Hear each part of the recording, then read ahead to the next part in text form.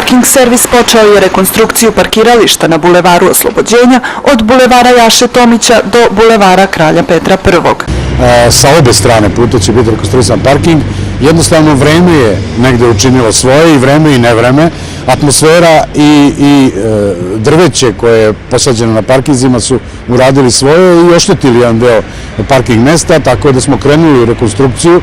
Vrednost prve etape radova na bulevaru Oslobođenja je 7,5 miliona dinara, naveo je Jeknić. 60 radnih dana, da naglasim, je rok za izvođenje ovih radova.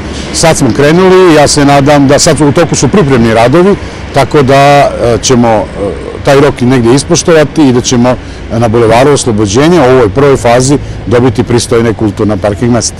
Broj parking mjesta ostaće isti, ali sa novim ruhom omogućit će lakše parkiranje, s obzirom na to da parkiranje na pojedinim mestima gotovo da nije bilo moguće zbog korenja drveća koje je podiglo asfalt.